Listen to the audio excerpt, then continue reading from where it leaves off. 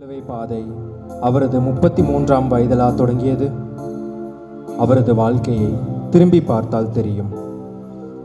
அவர் கருவில் உருவானது முதல் துவங்கியது அவரின் சிலுவை பாதை. பிறப்பின் போதும் மரியன்னைக்கு வாழ்த்துரை வழங்கிய போதும் துவங்கியது. ஆம், புனித யோசேப்பு தாங்கிய போதே சிலுவை பாதை துவங்கியது. எங்கும் இடமில்லாமல் மாட்டுக்குட்டிலில் இடம் கிடைத்த போது சிலுவை பாதை தொடர்ந்தது. அங்கு எத்தனை இன்னல்களை சந்திக்க நேர்ந்தது. இயேசுவின் பிறப்பிற்கு பின் 2 வயதிற்கு உட்பட்ட ஆண் பிள்ளைகளை கொலை செய்ய ஏரோது உத்தரவிட்டான். அப்பொழுது அங்கிருந்து மரியாவும் யோசேப்பும் குழந்தை இயேசுவோடு எகிப்திற்கு புறப்பட்டு சென்றனர். இதுவும் அவர்களது வாழ்வில் சிலுவை பாதைகளில் ஒரு பயணப்பாதவாகும். இயேசு 30 வருடம் கழித்து தனது பொது வாழ்வில் 3 வருடத்தை அவர் செலவிட்ட போது அவருக்கு வந்த சிலுவைகள் ஏராளம். இயேசுவை வேவு பார்ப்பதையே வேலையாக கொண்டிருந்த பரிசேயரும் சதுசேயரும் மறைநூல் வல்லுநர்களும் இயேசுவையும் அவரது வாழ்வையும் குற்றம் சாட்டுவதையே வேலையாக கொண்டிருந்தனர். இயேசுவை குறை சொல்ல தயாராக இருந்தனர். இயேசு ஓய்வு நாளில் சூம்பிய கையை குணமாக்கிய போதும், இயேசுவின் சீடர்கள் கதிர்களை கொய்து உண்ட போதும் இயேசுவை கண்டனத்திற்கு உள்ளாக்கினார்கள். அதுவும் அவருக்கு சிலுவைதானே. மேலும் இயேசு பேய்களை ஓட்டிய போது, இவன் பெயல் சுவலை கொண்டே பேய்களை ஓட்டுகிறான் என பழித்தனர். இயேசு மரித்தோரை உயிர்ப்பித்த போதும், பாவிகளோடு பேசிய போதும், மகதலேனை மரியாளோடு பேசிய போதும் இயேசுவை குற்றம் சாட்டி கொண்டே இருந்தார்கள். இயேசுவின் பாதைகளில் முட்களை போட்டுக்கொண்டே இருந்தார்கள். இயேசுவின் மீது குறை சொல்லிக் கொண்டே இருந்தார்கள். இயேசு எளியோருக்கு உதவி செய்த போதெல்லாம் அவருக்கு எதிராக கிளர்ச்சி செய்து கொண்டே இருந்தார்கள்.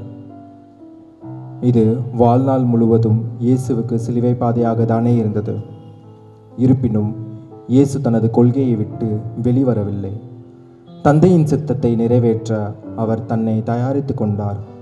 ஆனாலும் பரிசேயரும் சதுசேயரும் மறைநூல் வல்லுநர்களும் இயேசுவை பழி தீர்க்க கங்கணம் கட்டிக்கொண்டு வகை தேடினார்கள். இறுதியாக ஏரோதுவின் முன் அவரை கையளித்த போதும் அவர்களுக்கு ஆத்திரம் அடங்கவில்லை. ஏன் தெரியுமா? இயேசுவை தங்களது எதிரியாக பாவித்தார்கள்.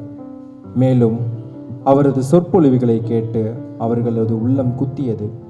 ஏனென்றால் அவர், உங்களுள் யார் பாவம் செய்யவில்லையோ அவர்கள் முதல் கல்லை எறியட்டும் என விபச்சாரத்தில் பிடிப்பட்ட பெண்ணுக்காக பேசினார், பரிந்துரைத்தார். தாங்கள் உள்ளம் குத்துண்டவர்களாய் இயேசுவை பழி தீர்க்க வகை தேடிக் கொண்டிருந்தார்கள். அவர்களால் எதுவும் செய்ய முடியவில்லை. எனவேதான் அவரை எப்படியாவது பழி தீர்க்க வேண்டுமென பிலாத்துவின் முன் நிறுத்தினார்கள். அப்பொழுது பிலாத்து, இவரிடத்தில் நான் குற்றம் ஒன்றும் காணவில்லையே என்று கூறிய போது அவர்கள், ஆணவத்தின் உச்சத்தில், அந்த பாவம் எங்கள் மேலும் எங்கள் பிள்ளைகள் மேலும் விழட்டும் என்று கூறினார்கள். அப்படி ஒரு பழி தீர்க்கும் வெறி அவர்களுக்கு. இறுதியாக ஏரோது, இயேசுவை விடுதலை செய்யவா அல்லது பரபாசை விடுதலை செய்யவா என கேட்டபொழுது, பரபாசை விடுதலை செய்யும் என கூறினார்கள். இது ஆணவத்தின் உச்சம். ஏன் தெரியுமா? பரபாசு ஒரு கள்வன், ஒரு கொலைகாரன், தண்டனை தீர்ப்புக்கு உள்ளானவன். ஆனால் இயேசுவோ எந்த பாவமும் செய்யவில்லை. இறைவனின் சித்தத்திற்கு ஏற்ப தம்மை ஒப்பு கொடுத்தவர், இறையாட்சியை பரப்புவதில் செயல்பட்டவர். இருப்பினும் இவர்கள் சூழ்ச்சியால் இயேசு பயணத்தை மேற்கொண்டார். அன்பார்ந்தவர்களே, நாம் பல நேரங்களில் நினைத்து கொள்கிறோம், நமக்கு மட்டும்தான் இத்தனை சிலுவைகள். நமது பாதையை ஒரு சிலுவை பாதையாக உள்ளதே. நான் பிறந்தது முதல் கஷ்டத்தை அனுபவிக்கின்றேனே, என் துன்ப பாதைக்கு முடிவே இராதா என்று சிந்தித்த நமக்கு இயேசு சொல்வது என்ன தெரியுமா?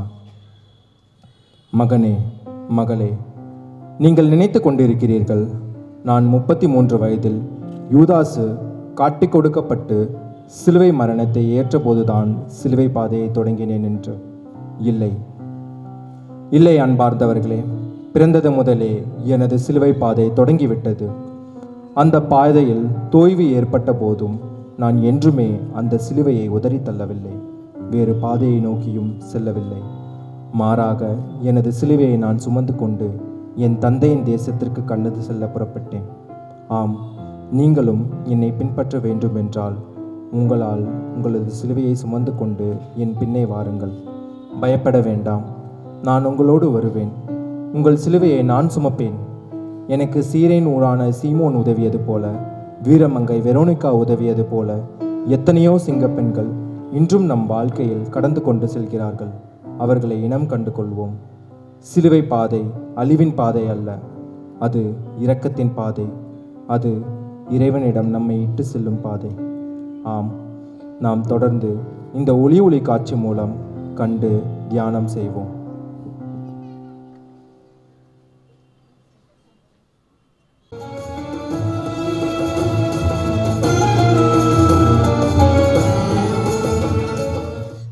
விஷப்பாம்புகளே, உங்களுக்கு அழிவு வர இருக்கிறது.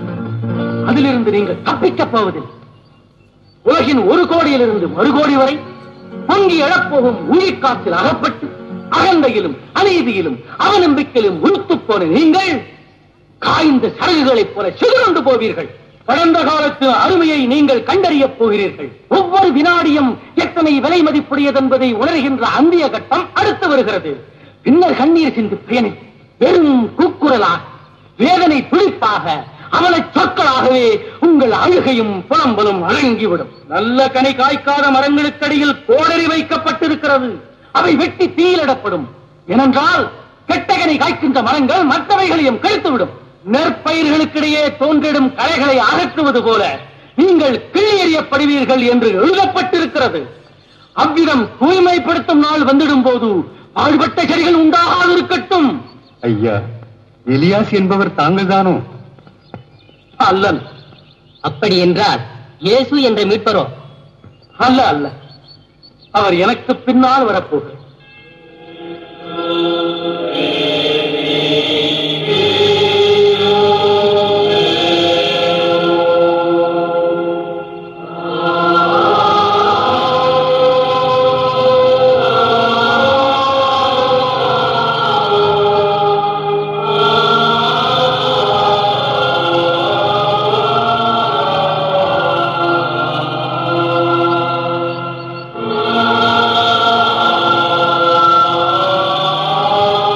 அவருடைய காலணிகளை தொடக்கூட அருகதையற்றவன் நான்.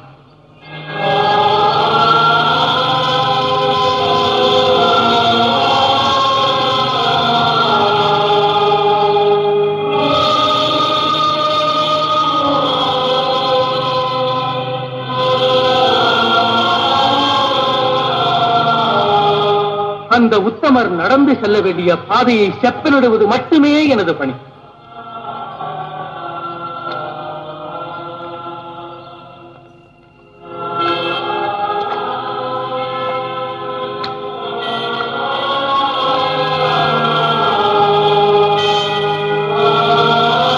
பாவ விமோசனத்திற்கென அவதரித்த அவர் என்னிலும் வல்லவராக.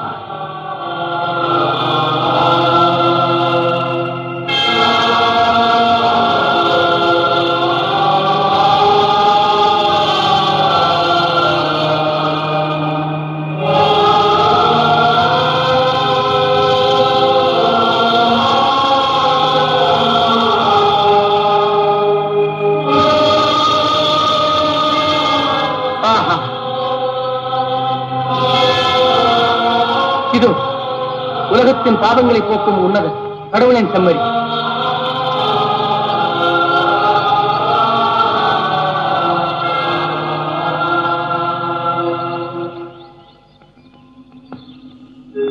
தங்கள் அருட்கரங்களால் ஞான நீராட்டு பெற வந்துள்ளேன். வேண்டாம், நானன்றோ தங்கள் திருக்கரங்களால் ஞானஸ்தானம் பெற்றிடல் வேண்டும். இப்போதைக்கு இவ்வாறு நடக்கட்டும். நியமனங்கள் அப்படியே நிறைவேறட்டும். தாங்கள் விரும்பும் வண்ணமே நடப்பதா?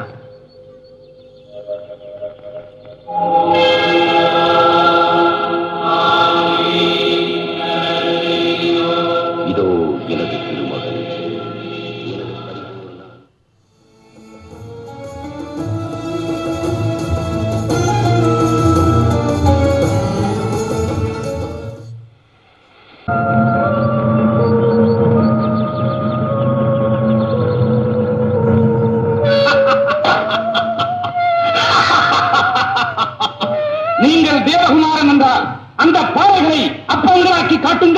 மனிதன் அப்பத்தினால் மட்டுமல்ல வாழ்வது, தேவ அருளும் தேவை என்று எழுதப்பட்டுள்ளது. என்னுடைய ஆசைகளை ஒன்று கூட தாங்கள் ஆதரிப்பதில்லை. தாங்கள் தேவகுமாரன் அல்லவா?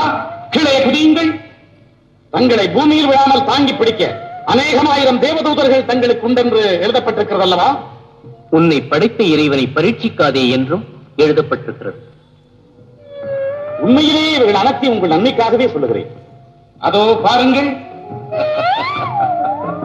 காணுகின்ற பட்டணமும் அதில் உள்ள யாவும் எனக்கு சொந்தம். அவைகள் அத்தனையும் உங்களுக்கு தருகிறேன். தாங்கள் என்னை மண்டியிட்டு வணங்கினால் போதும். சாத்தானே, அகன்று போ.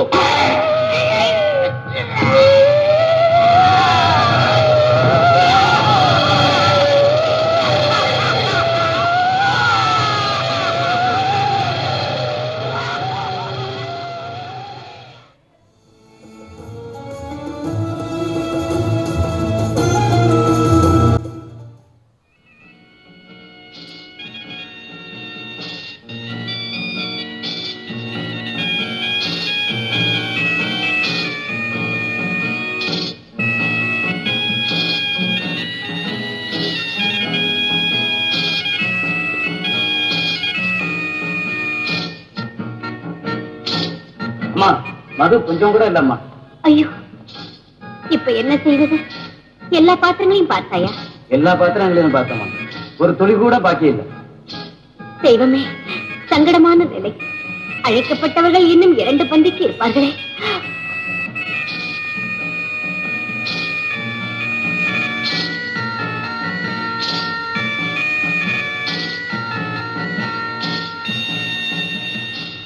மகனே, இங்கே மதுரசம் தீர்ந்து விட்டதாம். மிகவும் வேதனைப்படுகிறார். அதற்கு நான் என்ன செய்ய வேண்டும்? நீ மனம் வைத்தால். இன்னும் வேலை வரவில்லை. அப்படி சொல்லலாமா? விருந்தினர் இன்னும் வர இருக்கிறார். தெய்வமே, நீதான் வழி செய்ய வேண்டும். சரி, காலி பாத்திரங்களில் நீர் நிரப்பச் சொல்லுங்கள்.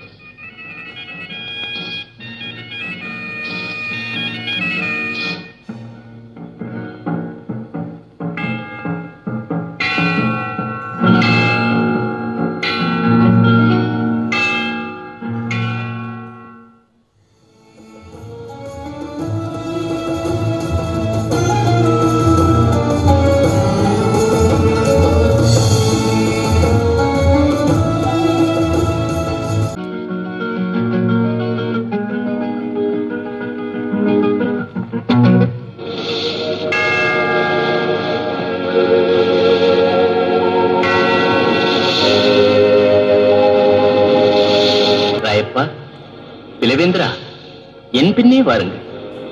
இனி மீன்களை அல்ல, மனிதரை சேகரிப்போர் ஆக்குகிறேன் உங்களை. என்னோடு வாருங்கள்.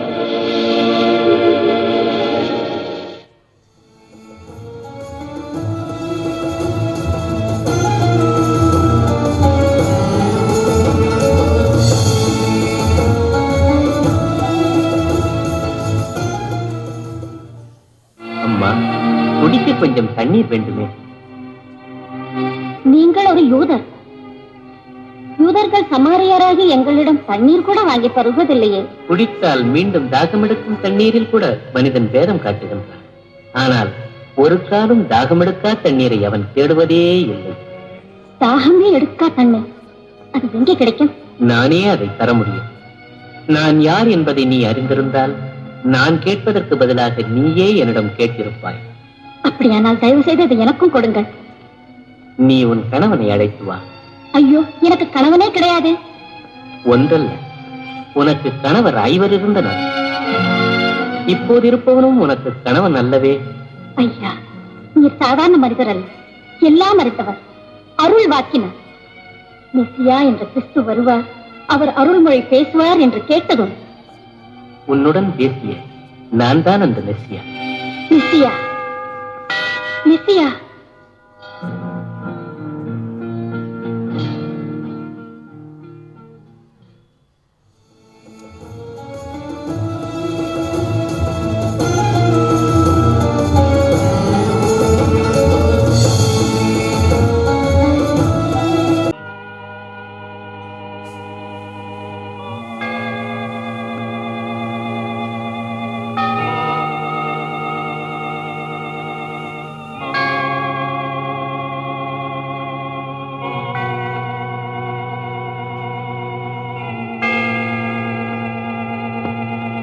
ஆன்மீக எளிமையுடையோர் பேறு பெற்றோர். ஏனெனில் விண்ணரசு அவர்களுடைய. துயருருவோர் பேறு பெற்றோர். ஏனெனில் அவர்கள் ஆறுதல் பெறுவர். சாந்த குணசீலர்கள் பேறு பெற்றோர். ஏனெனில் மண்ணுலகு அவர்களின் உரிமையாகும். நீதி காக்க பசிதாகத்துக்கு ஆளாகின்றவர் பேறு பெற்றோர். ஏனெனில் அவர்கள் மனநிறைவு பெறுவர். இரக்கமுடையோர் பேருடையோர். ஏனெனில் அவர்கள் இரக்கம் பெறுவர். தூய மனம் கொண்டோர் பேறு பெற்றோர். ஏனெனில் அவர்கள் கடவுளை காண்பர். சமாதானம் செய்வோர் பேருடையோர். ஏனெனில் அவர்கள் இறைவனின் மக்கள் எனப்படும். சத்தியத்துக்காக துன்புறுவோர் பேருடையோர். ஏனெனில் இறைவனது அரசில் அவர்கள் இடம் பெறுவர். ஆகாயத்து பறவைகளை பாருங்கள், அவைகள் விதைப்பதில்லை, அறுப்பதில்லை, களஞ்சியங்களில் சேர்ப்பதுமில்லை. உங்கள் விண்ணகத்து தந்தையாம் இறைவன் அவற்றையும் பேணி பாதுகாக்கின்றார். உங்களை வருத்துபவரை வெறுக்கலாகாது என்பது மட்டுமல்ல, உங்களை இடது கன்னத்தில் அடித்தால் வலது கன்னத்தையும் காட்டுங்கள். அவதியுறுவோரே, பாரம் சுமப்பவரே, நீங்கள் என்னிடம் வாருங்கள், நான் உங்களுக்கு ஆறுதல் தருவேன். கேளுங்கள், கொடுக்கப்படும். தேடுங்கள், அகப்படும். தட்டுங்கள், திறக்கப்படும். உன் கண்கள் உனக்கு கேடாக இருந்தால் அவற்றை பிடுங்கி எறியவும், உனது நாள் பாபத்துக்கு காரணமாயிருந்தால் அதை வெட்டி எறியவும், உன் கரங்கள் தீயவை புரியுமாயின் அவற்றை துண்டித்து விடவும். ஏனெனில் பரிசுத்தமான ஆன்மாவை விட உயர்ந்ததல்ல உடல். உங்கள் கண்ணில் ஒரு உத்தரமே இருக்கும் போது அடுத்தவன் கண்களிலே இருக்கும் துரும்பை காண்பானே, அதை எடுத்து விடுகிறேன் என்று அவனிடம் சொல்லுவானே. பிறர் உங்களுக்கு என்ன செய்ய வேண்டும் என்று விரும்புகிறீர்களோ அவ்வாறே பிறருக்கும் நீங்கள் செய்திட வேண்டும்.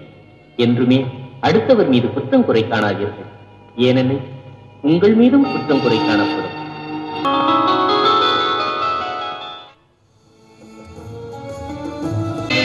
வேத சாஸ்திரிகளே, பரிசியரே, உங்களுக்கு அல்லல். நீங்கள் வெள்ளையடித்த கல்லறைகள், வெளியே ஆடம்பரமும் உள்ளே அழுக்கும் நிறைந்தவர், புன்புழுக்கள் நிரம்பியவர். இயேசுவே, இந்த பாவியை கண் பார்க்க வேண்டும். மகனே, நலம் பெறுவாயாக.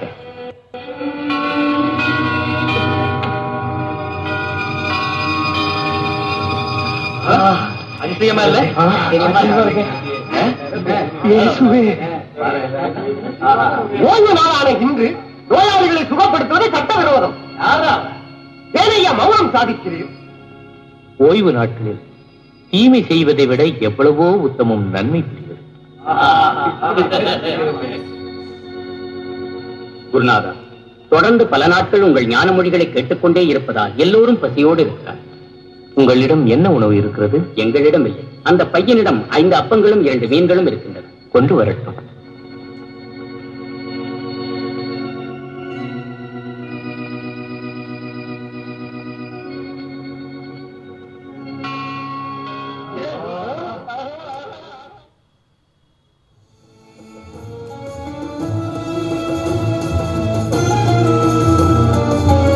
யார் என்று மக்கள் சொல்லுகிறார்கள்?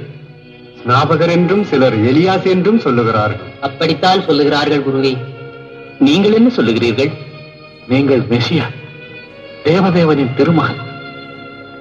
யோனாவின் மகன் சிமியோனே, நீ பேறு பெற்றவன். ஏனெனில் இதனை நீ அறிந்தது மனித வல்லமையால் என்று. வானகத்தேயுள்ள என் தந்தை அருளால் ராயப்பன் என்ற உன் பெயர் பாறை என்பதாகும். இந்த பாறையின் மீது என் திருச்சபையை எழுப்புவேன். வானகத்தின் திறவுகோலை உனக்கு அளிப்பேன். மண்ணகத்தில் நீ எதையெல்லாம் கட்டுவாயோ அவையெல்லாம் விண்ணகத்திலும் கட்டப்படும். மண்ணகத்தில் எதையெல்லாம் அவிழ்ப்பாயோ அவையெல்லாம் அங்கு அவிழ்க்கப்படும். ஈசருக்கு கப்பம் கட்டுவது சரியா அல்லவா என்று அவனிடம் கேட்கும் போது சரி என்று சொன்னால் யூத மக்களின் எதிரி என்று அவனை பழிக்கலாம்.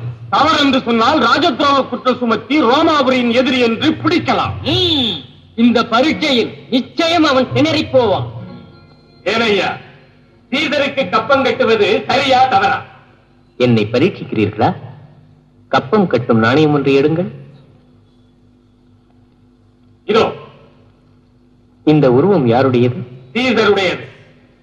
சீசருக்குரியதை சீசருக்கும் இறைவனுக்குரியதை இறைவனுக்கும் கொடுங்கள். ஏசுகிறானே, தேவதூஷணம் தேவதூஷணம். பாவத்தை மன்னிக்க தெய்வத்தை தவிர யாருக்கும் அதிகாரம் இல்லை. ஐயனே ஐயனே ஐயனே ஐயனே, குருடனான இந்த பாவியின் மீதும் கருணை காட்டுங்கள். உனது கண்கள் பார்வை தரட்டும்.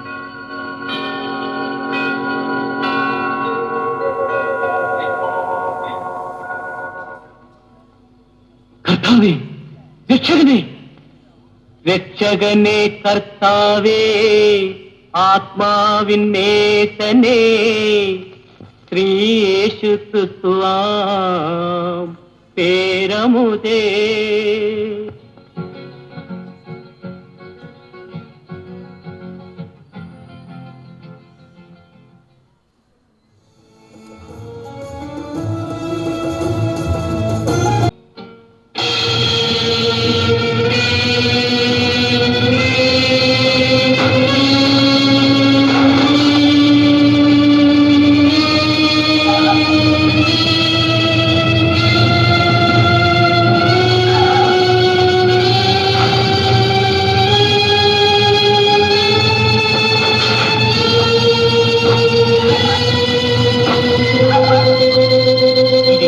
வழிபடும் திருக்கோயில், என் தந்தையின் புனித ஆலயம், வியாபார சந்தை அல்ல, கல்வரின் புகையும் அல்ல.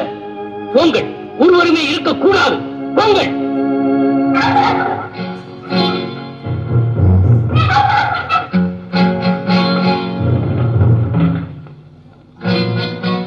இவனுடைய அட்டகாசத்தை நாம் ஒழிக்க வேண்டும்.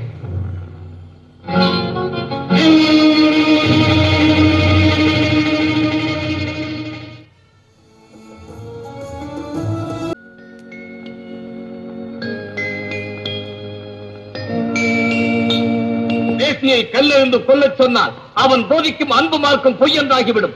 கல்லறிதல் கூடாது என்றால் பொய்யசல் சட்டத்தை அவன் மீறியவனாகி விடுகிறான். ஆவி, விபச்சாரி, ஊரை கெடுப்பவன், குடிகேடி, அடித்து கொள்ள வேண்டும். விபச்சாரி,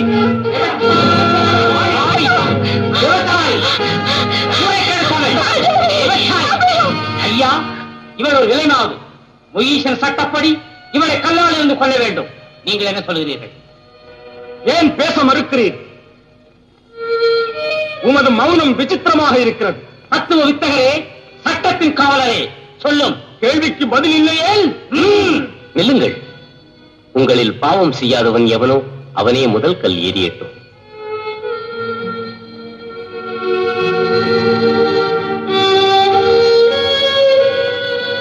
பார்த்தாயா, உன் மீது யாருமே கல்லெறியவில்லை. இல்லை சுவாமி. மகளே, பெண்களுக்கு உயிரிலும் மேலானது கற்பு.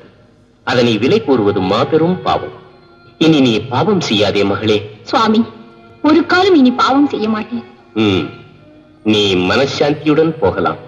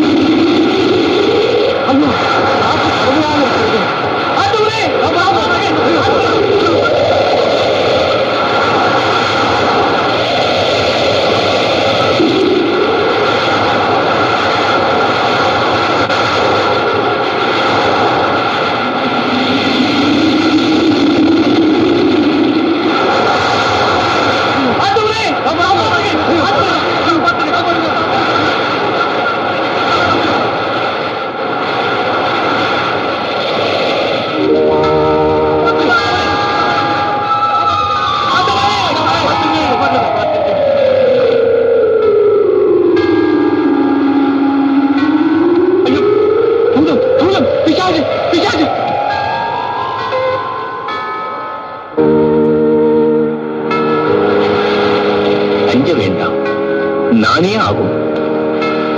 அப்படியானால் என்னும் கடல் மீது நடக்கச் செய்யும். ஆகட்டும்.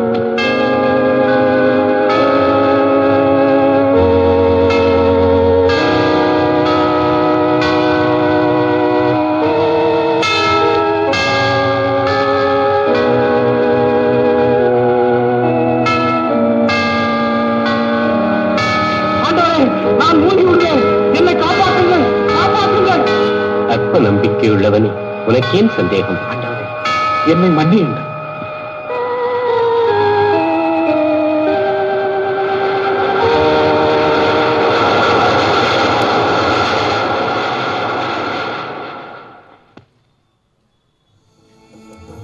மார்த்தா, தாங்கள் இங்கே இருந்திருப்பீர்களானால் என் சகோதரர் இறந்திருக்க மாட்டார். ஆனால் இப்போதாவது தாங்கள் அவசியப்படுவதை கடவுள் தருவார் என்று எனக்கு தெரியும். உன் சகோதரன் மடியவில்லை, உறங்குகிறான். குருவே, இது உண்மை. லாசரு இறந்து அடக்கம் செய்து 3 தினங்களாயிற்று. எங்கே அடக்கம் செய்தீர்கள்? அங்கே நாம் போகலாம்.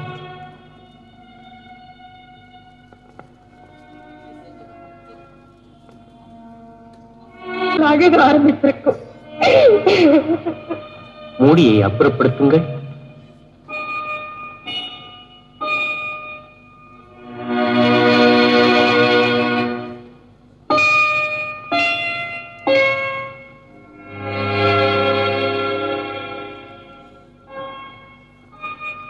என்னை நம்புகிறவரும் என்னில் வாழ்பவரும் ஒரு நாளும் மரிப்பதில்லை.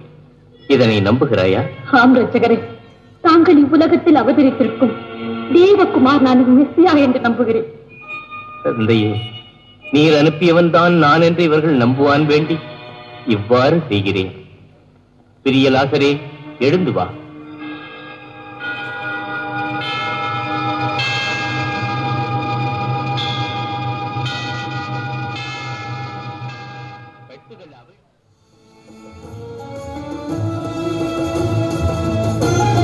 கேபாசின் பெருமைக்கும் பிரதாபத்திற்கும் கட்டி வைக்கின்ற எதுவும் இனிமேலும் சம்பவிக்கலாகாது. யாருடையதானாலும் சரி, எதிர்ப்பு குரல் இந்த நாட்டின் எல்லைக்குள் எழக்கூடாது.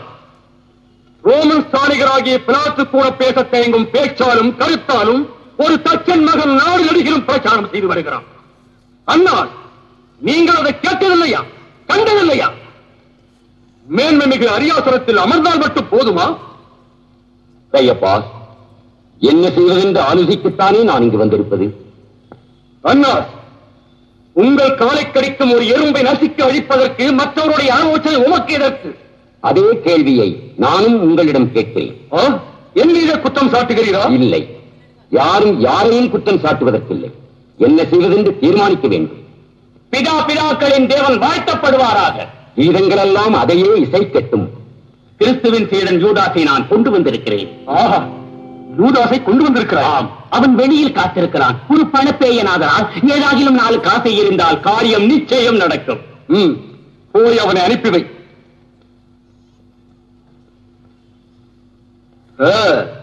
எப்படியும் குருவிற்கே இவ்விதம் துரோகம் எண்ணி வந்திருக்கும் சீடனுடைய மனநிலை மிகவும் நலம். நமக்கு இருக்கும் அவசரத்தில் அதுவே பயன்படும் என்றோ.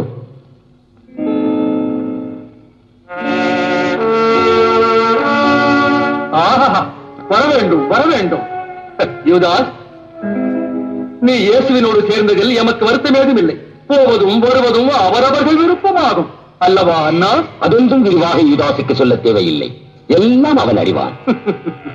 சத்தியமா எனக்கு அந்த இயேசுடைய கூட்டத்தில் தொடரும் ஆசையே இல்லை. விவேகசாலிகள் சமயம் போல் கட்சி மாறுவர். அதனால் தான் நாங்கள் உன்னை விரும்புகிறோம். கையப்பா, நாம் ஒரு காரியம் செய்வோம். யூதாசுக்கு வேண்டுவதை கொடுத்திடுவோம்.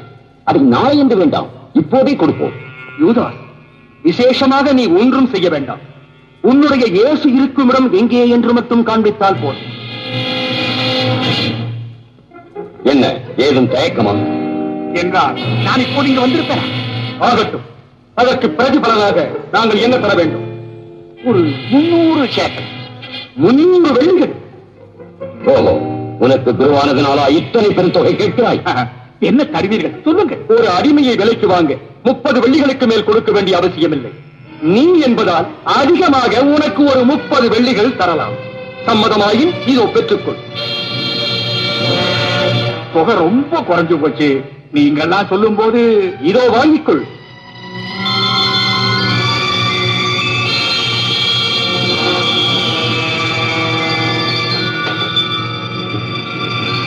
இது கொஞ்சம் சந்தேகமா இருக்கு.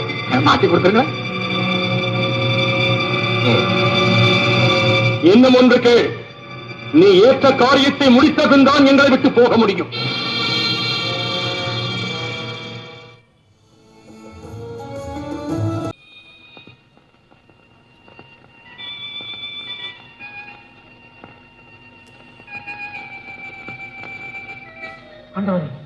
தாங்கள் என் பாதங்களை கழுவ நான் அனுமதிக்கவே மாட்டேன்.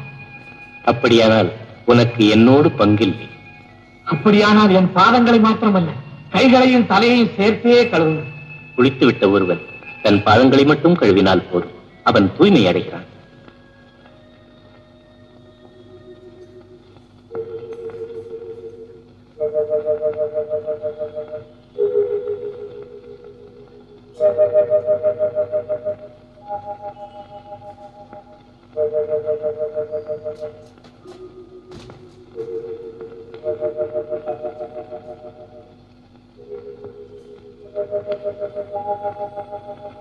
நீங்கள் இப்போது தூய்மையுள்ளவராகின்றீர்.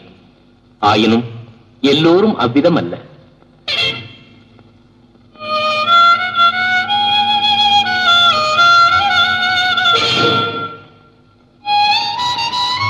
நான் இவ்விதம் செய்வது எதற்கென்று அறிந்து கொண்டீர்களா?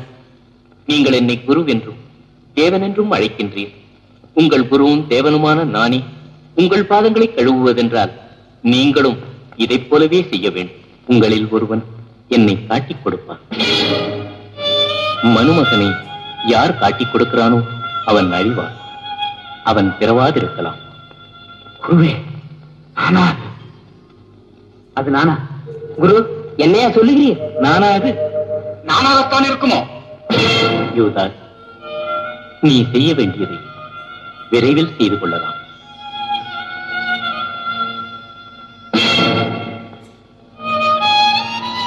யூதாசிடம் அவர் என்ன சொன்னார்? அவர் பொருளாளர் அல்லவா? திருவிழாவிற்கு ஏதாவது வாங்க சொல்லியிருப்பார். இல்லை என்றால் ஏழைகளுக்கு ஏதாவது கொடுக்க சொல்லியிருப்பார்.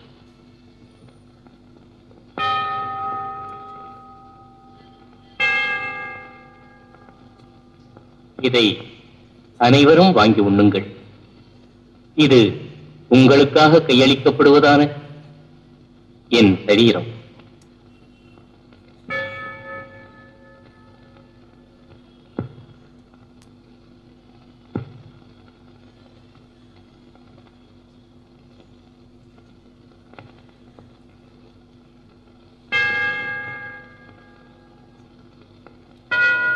இதை எல்லோரும் பருகுங்கள். புதிய உடன்படிக்கைக்கான என் இரத்தத்தின் சின்னம். இது பாவ மன்னிப்புக்காக உங்களுக்காகவும் பலருக்காகவும் சிந்தப்படும். இதை என் ஞாபகமாக செய்யுங்கள். அன்பு மக்களே, இன்னும் சில காலம் மட்டுமே உங்களோடு நான் இருப்பேன். ஒருவருக்கொருவர் அன்பு செலுத்துங்கள். நீங்கள் மனம் கலங்க வேண்டாம். உங்களுக்குரிய இடங்களை சித்தமாக்குவதற்கே நான் முன் செல்கிறேன். என்னை காண்பவர் என் தந்தையை காண்பர். என் குரல் கேட்பவர் என் தந்தையின் குரல் கேட்பர். பிதாவானவர் எனது பெயரில் பரிசுத்த ஆவியை உங்களிடம் அனுப்புவார். என் நல்லருளை உங்களுக்கு வழங்குகிறேன்.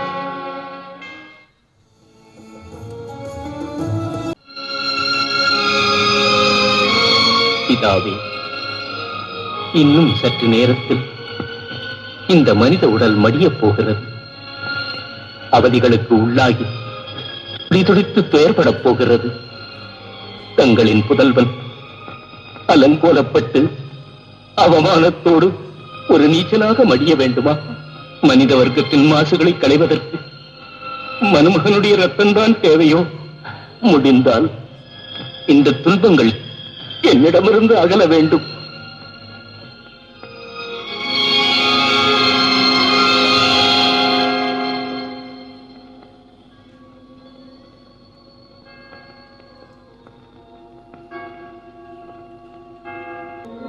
தங்கள் சித்தம் நிறைவேறட்டும்.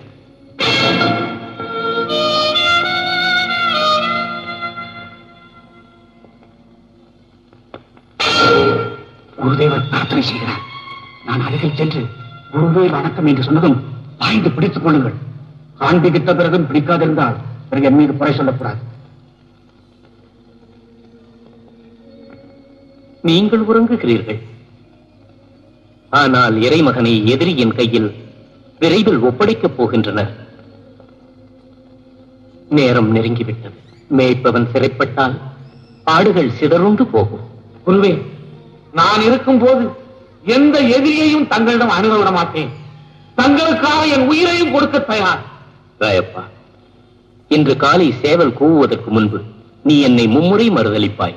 கர்த்தரே, என்னை அப்படியா நினைத்தீர்கள்? அவர்களும் வந்து விட்டார்கள்.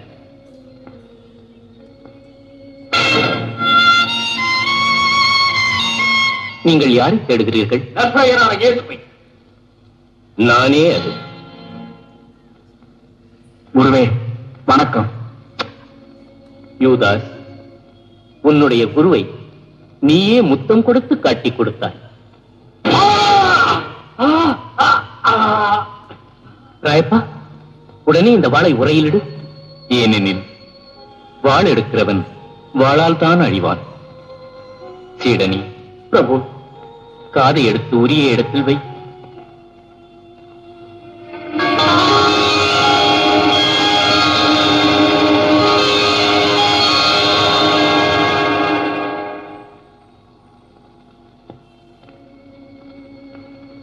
என்னை பிடித்துச் செல்லலாம்.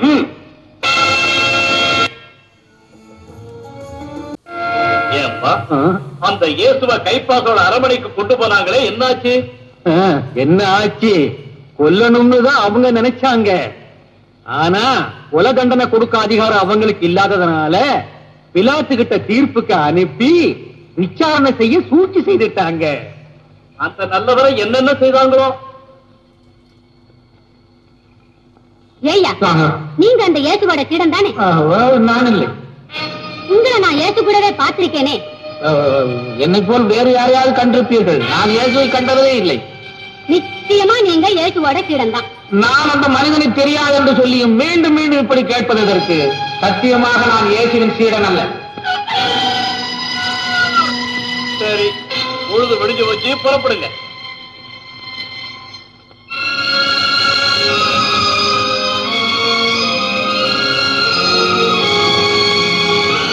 கர்த்தரே, தவறு செய்து விட்டேன். கர்த்தரே, தவறு செய்து விட்டேன். தாங்கள் அருளி செய்வது போல் என்னுடைய கர்த்தரும் குருவும் தேவனுமான உங்களை கைவிட்டு விட்டேன். கர்த்தரே, தாங்கள் என்னை தண்ணீரின் மேல் நடக்க வைத்ததையும் தாமோர் மலை மீது எனக்கு தரிசனம் அளித்ததையும் தாங்கள் யார் என்று தெரிந்திருந்தும் அவைகளை மறந்து இந்த நீச்சம் தங்களை கைவிட்டேன். கர்த்தரே, பேதுரு, நீ பாறையாகின்றான். உன் மீது என் சபையை ஸ்தாபிப்பேன். சொர்க்கராஜ்யத்தின் திறவுகோலை உனக்கு கொடுப்பேன் என்று சொன்ன வாக்குறுதிகளுக்கும் அனுக்கிரகத்திற்குமானா இவ்வளவு கேவலமாக நடந்து கொள்ள வேண்டும்? தவறு செய்து விட்டேன். கர்த்தரே, தவறு செய்து விட்டேன். என்னை மன்னிப்பீராக கர்த்தரே. பாஸ்கா விழாவின் போது மக்கள் விரும்பி கேட்கும் ஒரு கைதியை உங்களுக்காக ஆளுநனாகிய நான் விடுதலை செய்வது வழக்கம். எனவே கொலை குற்றம் சாட்டப்பட்டு கைது செய்யப்பட்ட பரபாசை விடுதலை செய்ய வேண்டுமா, இல்லை இயேசுவை விடுதலை செய்ய வேண்டுமா?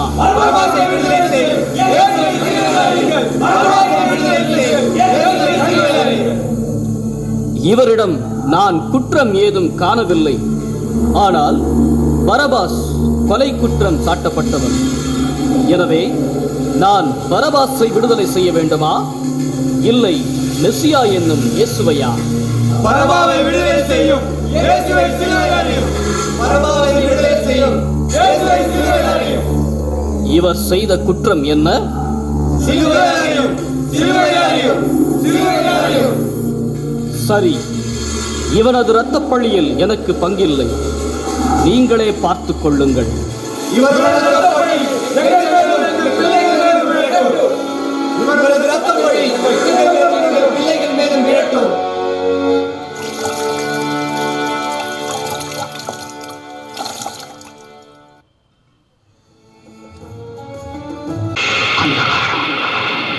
எங்கும் அந்தகாரம், உன் மனதிலும் அந்தகாரம்.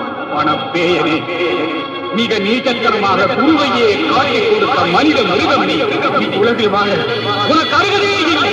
பரிசுத்தரில் பரிசுத்தருக்கல்லவா நீ துரோகமளித்தாய். யூதாசே, பாவிகளில் பெரும் பாவியான யூதாசே, நீ ஒரு சில வெள்ளிக்காசுகளுக்காக விற்றது யாரை? அதற்கு நன்வழி காட்ட வந்த உன்னதனை, உத்தமனை. ஐயோ பாவி, தீராத பழிக்காலாகிவிட்ட மகா பாவி. முட்டாள், நீயே அழுதாய். உனக்கு வேண்டியது பணம், அது கிடைத்து விட்டது. சிரித்துக் கொண்டே இரு, சிரித்துக் கொண்டே இரு.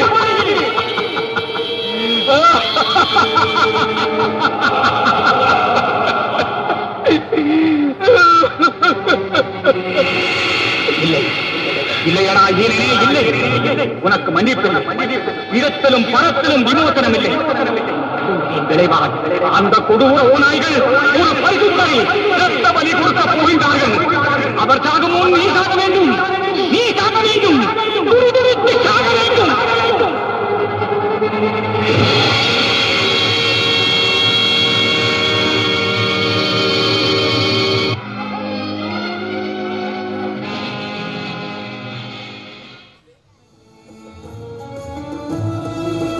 அரசே வாழ்க. இதோ முள்முடி. யூதரின் அரசர் தலையை அலங்கரிக்க முள்முடி சூட்டுவோம். யூதரின் அரசே வாழ்க. யூதரின் அரசே வாழ்க. செங்கோல் தந்து அரசனாக அரசே வாழ்க. யூதரின் அரசே வாழ்க. சிலுவையை கொண்டு வந்து தோள்களில் ஏற்றுவோம்.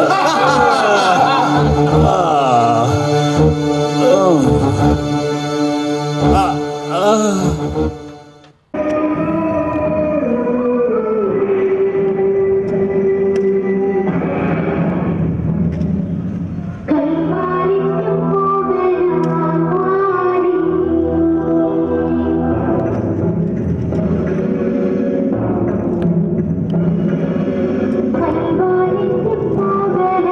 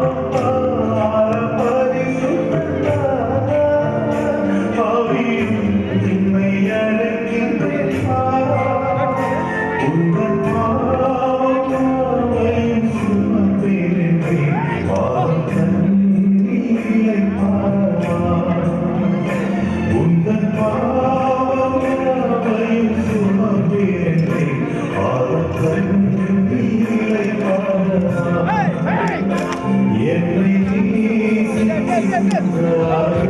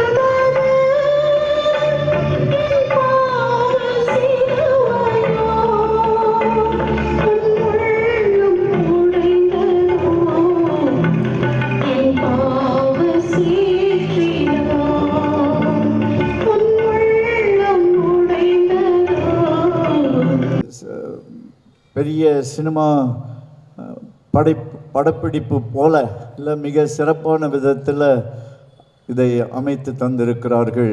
ஆகவே ஒளி அமைத்த போதிராஜ் அவர்கள், அவருடைய டீம், இன்னும் நம்முடைய பங்கு இளைஞர்களே விஸ்காம் படித்தவர்கள் நல்லா இருக்கிறாங்க. மிக சிறப்பாக இந்த காட்சிகளை உருவாக்கியிருக்கிறார்கள்.